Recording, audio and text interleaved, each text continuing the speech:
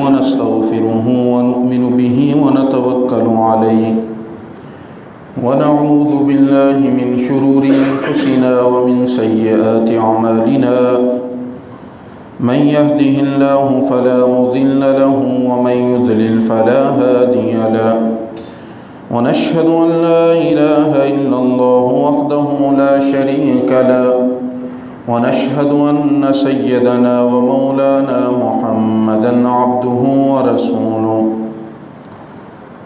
أما بعد فقد قال الله تبارك وتعالى في كتابه المجيد والفرقان الحميد إن الله وملائكته يصلون على النبي يا أيها الذين آمنوا صلوا عليه وسلموا تسليما اللهم صل على سيدنا ومولانا محمد وعلى آل سيدنا ومولانا محمد وعلى أصحاب سيدنا ومولانا محمد وبارك وسلم وصلوا عليه۔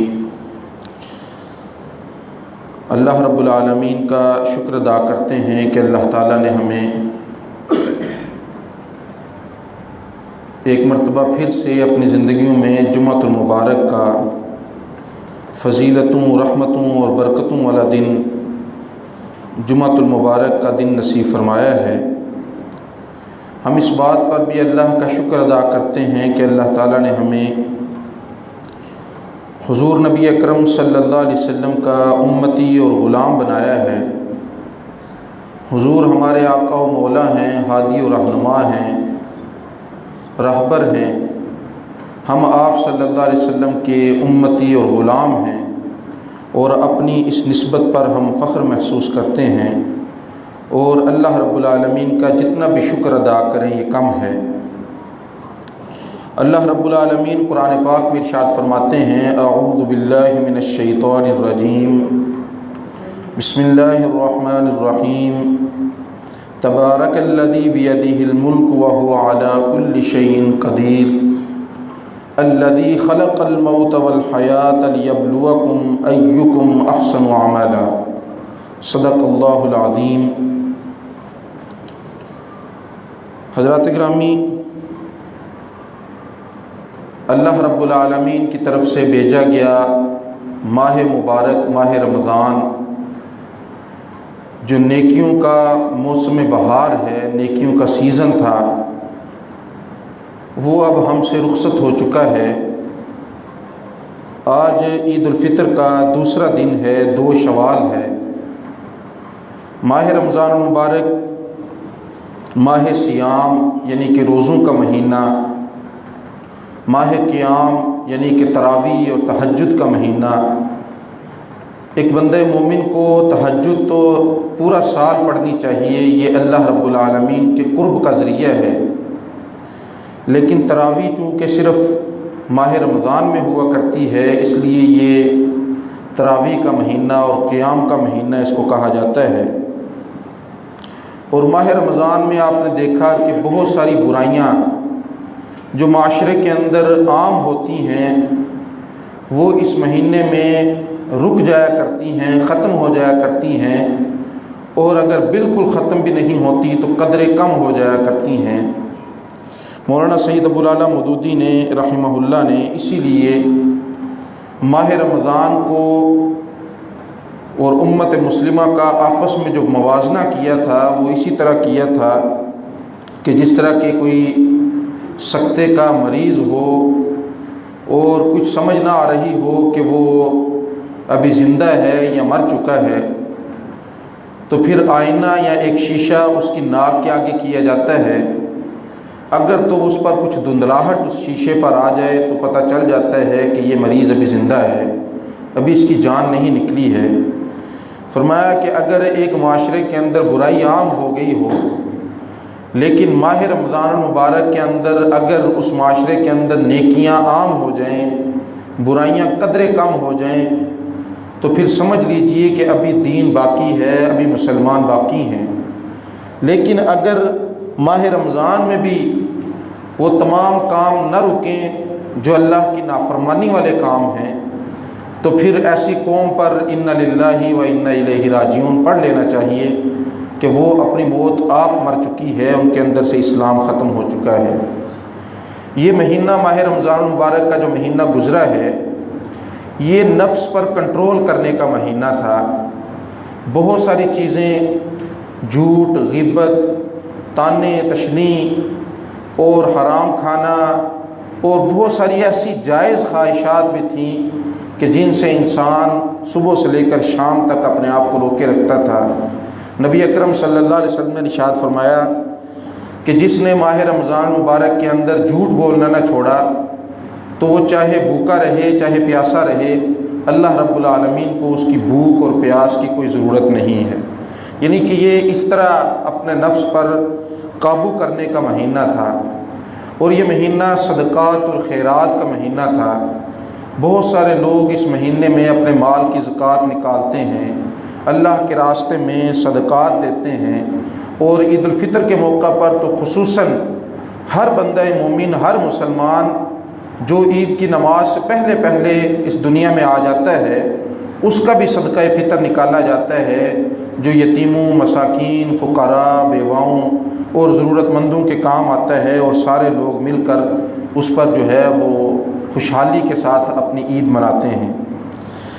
حضرات گرامی، ہمیں چاہیے کہ یہ نیکیاں صرف ماہ رمضان تک محیط نہ رہیں، بلکہ ماہ رمضان المبارک کے بعد بھی ان نیکیوں کا، ان خوبیوں کا، ان نمازوں کا، اس تہجد کے معمول کا، صدقات و خیرات کا، اپنے نفس پر قابو رکھنے کا، یہ جو ہم نے ایک محاسبہ کیا ہے پورا مہینہ، یہ ماہ رمضان کے بعد بھی اسی طرح چلتا رہے۔ اصل مقصد یہ ہے کہ جو نیکیاں ہیں یہ رکنے نہ پائیں، اسی طرح یہ اپنے راستے پر گامزن رہیں اور انسان نیکیاں کرتا چلا جائے۔ اللہ کے جو بندے ہوتے ہیں، جو نیک بندے ہوتے ہیں، وہ نیکیوں پر ہمیشگی اختیار کرتے ہیں، مداومت اختیار کرتے ہیں۔ وہ وقتی طور پر جوش میں آ کر صرف نیکیاں نہیں کرتے، بلکہ وہ جو بھی نیک کام کرتے ہیں اس کو تسلسل کے ساتھ کرتے ہیں۔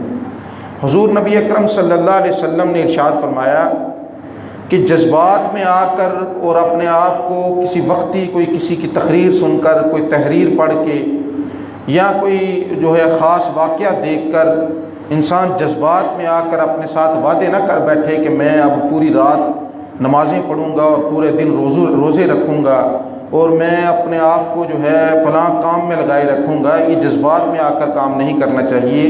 آپ نے فرمایا کہ چاہے تھوڑا کرو لیکن ہمیشہ کرو، جو بھی نیکی کرو چاہے تھوڑی کر لو لیکن اس پر ہمیشگی اختیار کر لو۔ تو نیکی پر مداومت اختیار کرنا، نیکی پر ہمیشگی اختیار کرنا، یہ اللہ کے نیک بندوں کا مہینہ ہے۔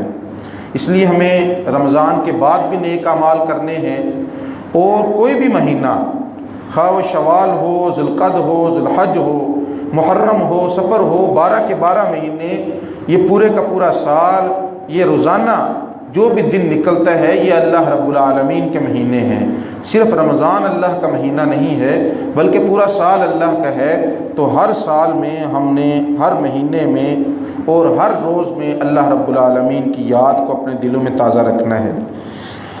ماہ رمضان میں جو ہم نے نیکیاں کی ہیں ان کے مقبول ہونے کی، کہ اللہ کے ہاں وہ قابل قبول ہوئی ہیں یا نہیں ہوئی ہیں، ان کے مقبول ہونے کی علامت یہ ہے، پہچان یہ ہے کہ انسان ماہ رمضان کے بعد بھی وہ نیکیاں کرتا رہے۔ ایک بندہ، ہمارے ہاں یہ عام معمول مشہور ہے کہ رمضان المبارک کے مہینہ میں بہت سارے لوگ نمازوں کی پابندی اختیار کر لیتے ہیں، وہ فحش فلمیں اور گانے وغیرہ سننا چھوڑ دیتے ہیں، حتیٰ کہ اب تو وہ بہت کم ہو گئے ہیں، ویڈیو سینٹرز وغیرہ اور اس طرح کی چیزیں اور سینما گھر وغیرہ۔ پہلے ماہ رمضان اور محرم کے 10 دنوں میں وہاں سے پوسٹر بھی ہٹا دیے جاتے تھے، اور جہاں پر ہمیشہ گانے بجتے رہتے تھے وہاں پر لوگ نعتیں اور قوالیاں اور تلاوتیں لگا لیا کرتے تھے۔ لیکن یہ معمول صرف ماہ رمضان میں یا محرم کے 10 دنوں میں ہوتا ہے۔ جیسے ہی عید کی رات، عید کا چاند نظر آتا ہے تو لوگ اس طرح جو ہے وہ برائیوں کی طرف دوڑ پڑتے ہیں، اور ہر بندہ، حتیٰ کہ ہمارا میڈیا بھی، ہمارے ٹیلی ویژن بھی وہ فوراً ہی ایسے پروگرامات لگانا شروع کر دیتے ہیں کہ جس سے اندازہ ہوتا ہے کہ جیسے یہ لوگ کسی طرح مجبور کیے گئے تھے اور ابھی ان کو آزادی ملی ہے۔ نیکیوں کے مقبول ہونے کی علامت یہ ہے کہ بندہ نیکی کرنے کے بعد بھی اس نیکی پر قائم رہے، نیکیاں کرنے کے بعد بھی نیکیاں کرتا رہے۔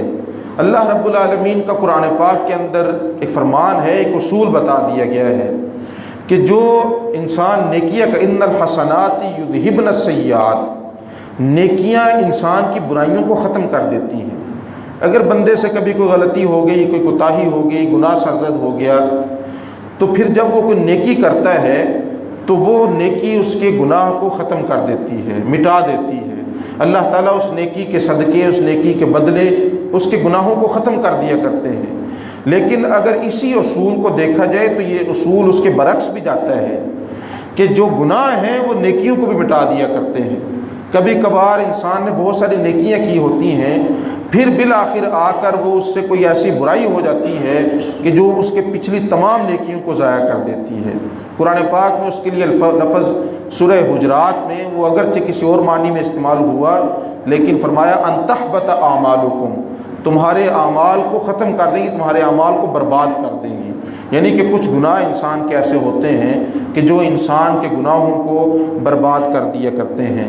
کہ ایک بندہ نمازیں بھی پڑھتا ہو، روزے بھی رکھتا ہو، وہ حج بھی کرتا ہو، عمرے بھی کرتا ہو، اپنے مال میں سے صدقات اور زکوٰۃ بھی نکالتا ہو، سارے نیک اعمال کرتا ہو، لیکن وہ بندہ اگر اپنے والدین کا نافرمان ہے تو اس کی کوئی نیکی قابل قبول نہیں ہے۔ وہ بندہ اگر شراب کا رسیہ ہے، عادی ہے، تو اس کی کوئی بھی نیکی قابل قبول نہیں ہے۔ بلکہ یہاں تک فرمایا کہ اگر وہ خانہ کعبہ میں کعبہ بیت اللہ کے پاس بھی جا کر دعائیں کرے گا تو اس کی دعائیں قابل قبول نہیں ہیں، اس کی دعائیں قبول نہیں کی جاتی ہیں۔ یعنی کہ وہ ایک طرف تو ساری نیکیاں کر رہا ہے، لیکن دوسری طرف اس کے کچھ ایسے گناہ ہیں جو اس کی نیکیوں کو برباد کر رہے ہیں۔ اس لیے اللہ رب العالمین نے ارشاد فرمایا کہ مرتے دم تک انسان کو چاہیے کہ وہ نیک اعمال کرتا رہے، اعمال صالح کرتا رہے۔ اللہ کو اپنے بندے سے موت تک اعمال صالح مطلوب ہیں۔ وَاعْبُدْ رَبَّكَ، اپنے رب کی عبادت کیجئے، حَتَّى يَأْتِيَكَ الْيَقِينُ، یہاں تک کہ یقین آ جائے۔ یقین سے مراد یہ ہے کہ موت کا وقت آ جائے۔ یقین قرآن پاک میں موت کے لیے استعمال ہوا ہے کہ یہ ایک یقینی چیز ہے، موت وہ آنی ہی آنی ہے۔ اس وقت تک نیکیاں کرتے رہیے کہ انسان کو موت آ جائے، اپنے مرنے تک نیکیاں کرتا رہے۔ انسان کوشش کرنی چاہیے کہ وہ نیک اعمال کرتا رہے۔ اور انسان خطا کا پتلا ہے، گناہ اس سے ہو جاتے ہیں، برائیاں سرزد ہو سکتی ہیں، تو اپنے گناہوں پر توبہ کر لینا، اس پر ندامت کا اظہار کر لینا، اللہ تعالیٰ سے گڑ گڑا کر اپنے گناہوں کی معافی مانگ لینا، یہ انسان کے لیے بہتر ہے۔ حضور نبی اکرم صلی اللہ علیہ وسلم نے ارشاد فرمایا کل بنی آدم خطاؤن وخیر الخطاؤن التوابون، تمام کے تمام بنی آدم خطا کار ہیں، گناہ سرزد ہو جاتا ہے، انسان خطا کا پتلا ہے، انسان نسیان سے بنا ہے، بھول چوک کا شکار ہو جاتا ہے، لیکن اس وقت انسان ایک اچھا انسان ہے کہ جب گناہ کے بعد وہ توبہ کر لے، اور جتنی بار بھی اللہ کے حضور وہ توبہ کرے گا اتنی بار اس کا رب اس کے گناہوں کو معاف فرما دے گا۔ یعنی کہ یہ رب غفور الرحیم ذات ہے۔ اس لیے نیکیاں اور اگر کوئی گناہ ہو جائیں تو ان پر اللہ تعالیٰ سے توبہ اور استغفار کر لینا، یہ بندے مومن کی شان ہے۔ اب ان نیکیوں کی اہمیت کیا ہے؟ قرآن پاک میں اس کے حوالے سے متعدد آیات اور نبی اکرم صلی اللہ علیہ وسلم کی بے شمار احادیث نیکیاں کرنے کی اہمیت کے بارے میں آئی ہیں۔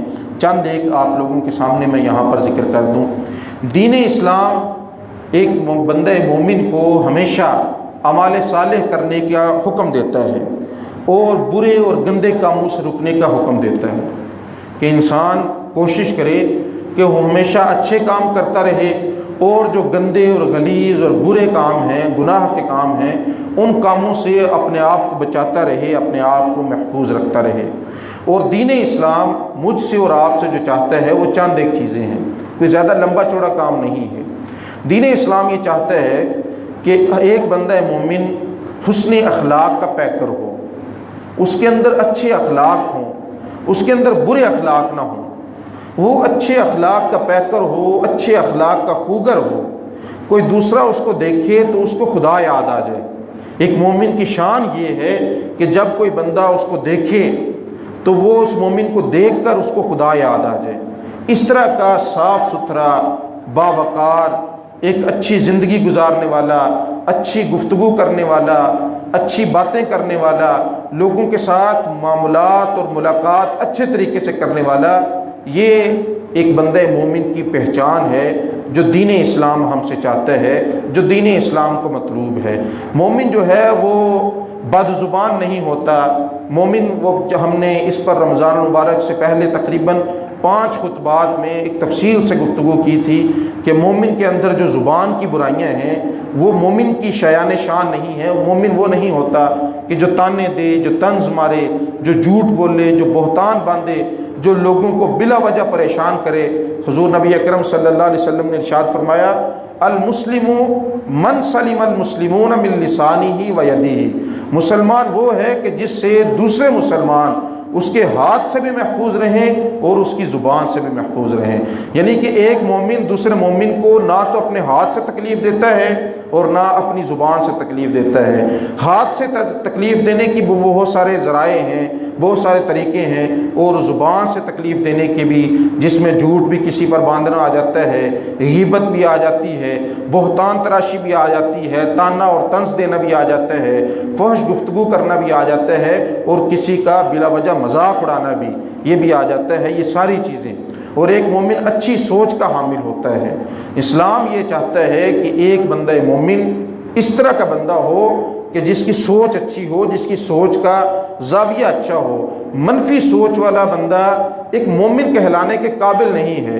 جو ہر وقت لوگوں کے بارے میں منفی ہی سوچتا ہو، اس کے سامنے اگر کوئی اچھی بات بھی کر دے تو وہ اپنے ذہن سے یہ سوچنا شروع کر دے کہ اس نے اچھی بات بھی فلاں وجہ سے میرے ساتھ کی ہے، یہ مجھ سے فلاں کام کروانا چاہتا ہے، یہ اس طرح کا بندہ ہے۔ اور ہر معاملے کے اندر دین اسلام کے اندر ہر فرد کے حوالے سے، ہر اجتماعیت اور جماعت کے حوالے سے، اور تمام مسلمانوں کے حوالے سے اس کے دماغ میں ہمیشہ منفی باتیں ہی آتی ہوں۔ دین اسلام کو ایسے بندے کی ضرورت نہیں ہے۔ یہ اسلام کی بنیادی تعلیمات ہیں کہ انسان کی گفتار اچھی ہو، کردار اچھا ہو، اس کی سوچ اچھی ہو، اس کی گفتگو اچھی ہو۔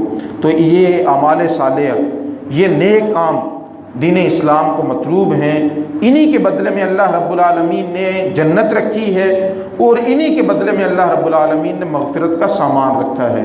ایک بندے مومن کی مغفرت بھی انہی کی وجہ سے ہوگی، اور جنت کا حصول بھی اللہ رب العالمین اسی وجہ سے ایک انسان کو جنت میں داخل فرمائیں گے۔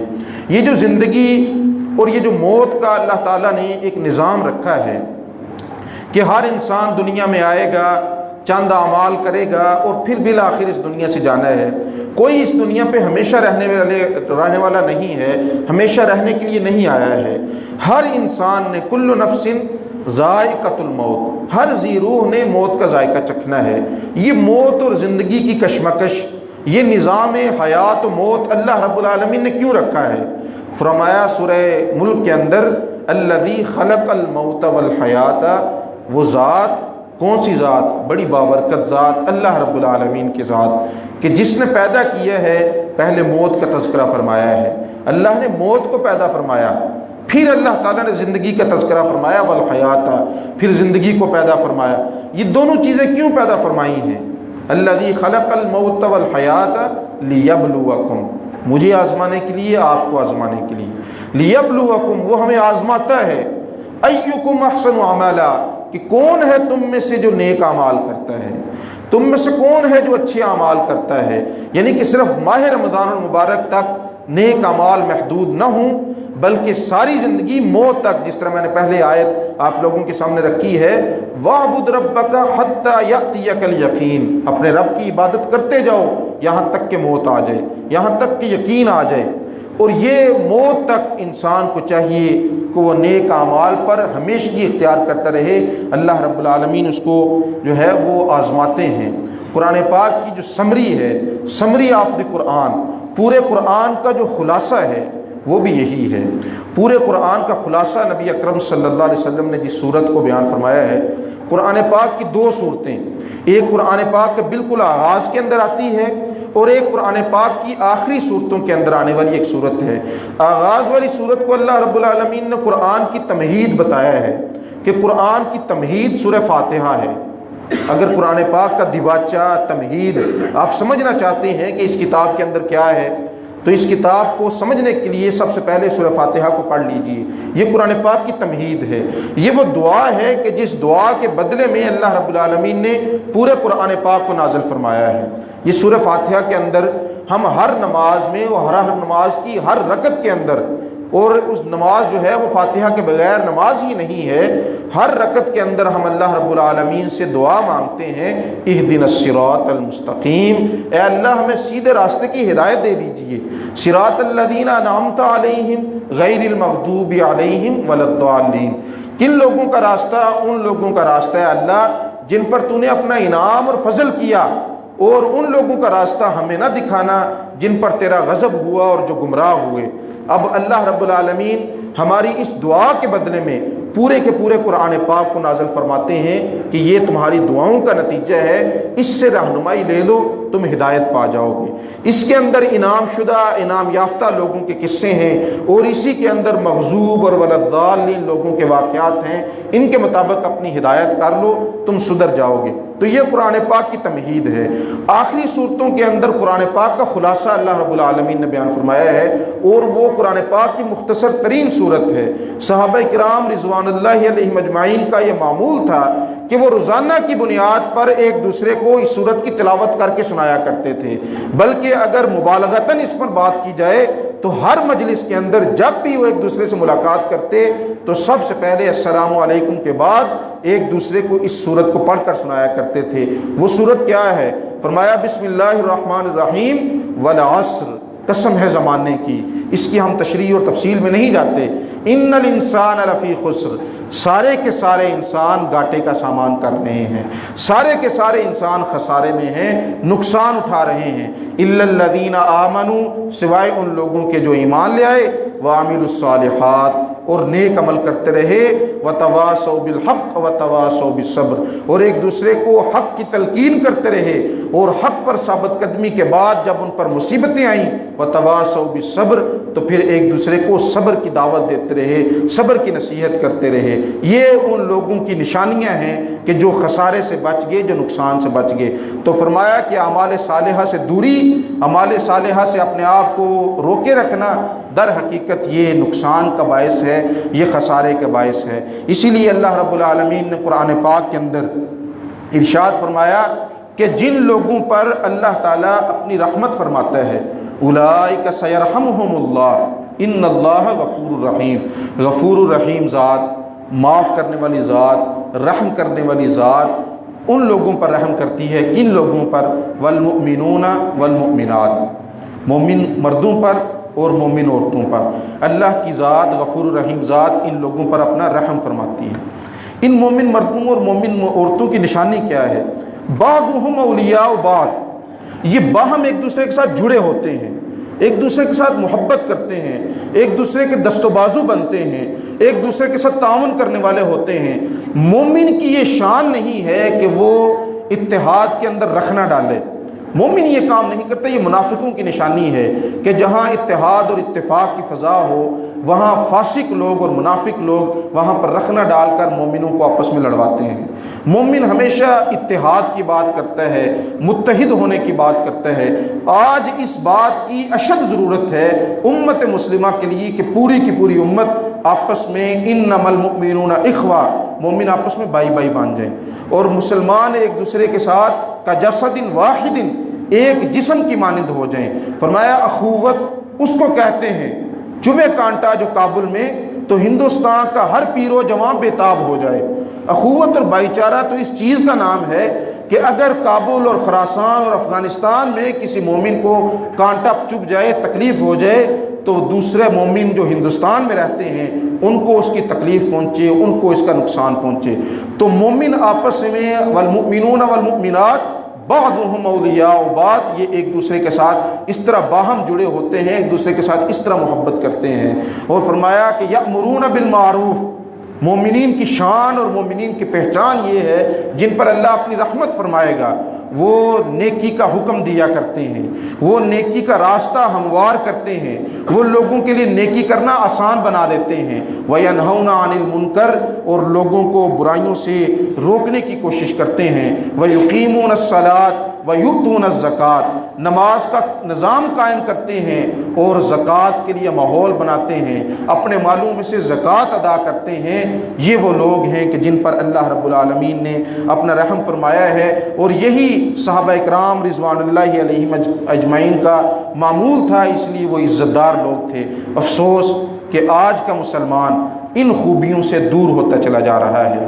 ان خوبیوں سے تو ایسا لگتا ہے کہ جیسے امت مسلمہ کو کسی کی نظر لگ گئی ہو۔ ان میں جو مومنین کی سب سے پہلی خوبی ہے کہ مومن آپس میں ایک دوسرے کا خیال رکھتے ہیں، ایک دوسرے کے ولی اور سرپرست ہوتے ہیں، ایک دوسرے کے دوست ہوتے ہیں، ایک دوسرے کے ساتھ محبت رکھتے ہیں۔ حضور نبی اکرم صلی اللہ علیہ وسلم نے ارشاد فرمایا، من احب للہ وابغض للہ ومنع للہ فقد استکمل الایمان، جس نے محبت کی تو اللہ کے لیے کی، جس نے کسی کے ساتھ نفرت کی تو اللہ کے لیے کی، جس نے اگر کسی سے کسی چیز کو روک لیا تو اللہ کے لیے روک لیا، جس نے اگر کسی کو کوئی چیز عطا کر دی تو اللہ کے لیے عطا کر دی۔ فقد استکمل الایمان، اس نے اپنا ایمان مکمل کر لیا۔ یہ ایمان کے مکمل ہونے کی نشانی ہے۔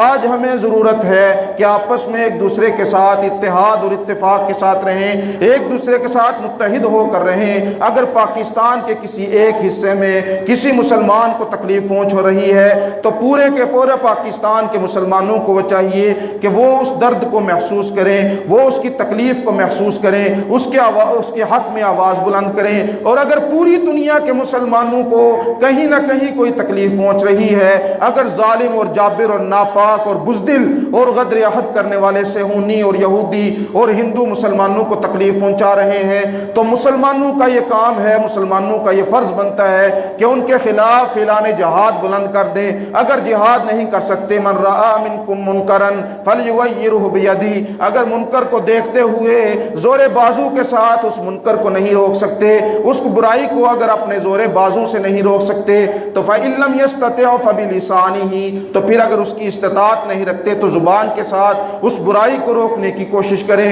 فإن لم یستطع فبقلبہ، اگر زبان کے ساتھ احتجاج بھی نہیں ریکارڈ کروا سکتے، اگر اپنی تقریروں کے ساتھ بھی دشمن کے خلاف آواز بلند نہیں کر سکتے، اس قدر کمزور اور مظلوم ہیں، تو پھر انہیں چاہیے کہ دل کے اندر برائی کو برا سمجھے، دل کے اندر برے کو برا کہیں۔ فرمایا ذالک اضعاف الایمان، یہ ایمان کے کمزور ترین درجے کا نام ہے، یہ ایمان کا کمزور ترین درجہ ہے کہ برائی کو اپنے دل کے اندر ہی برا سمجھا جائے۔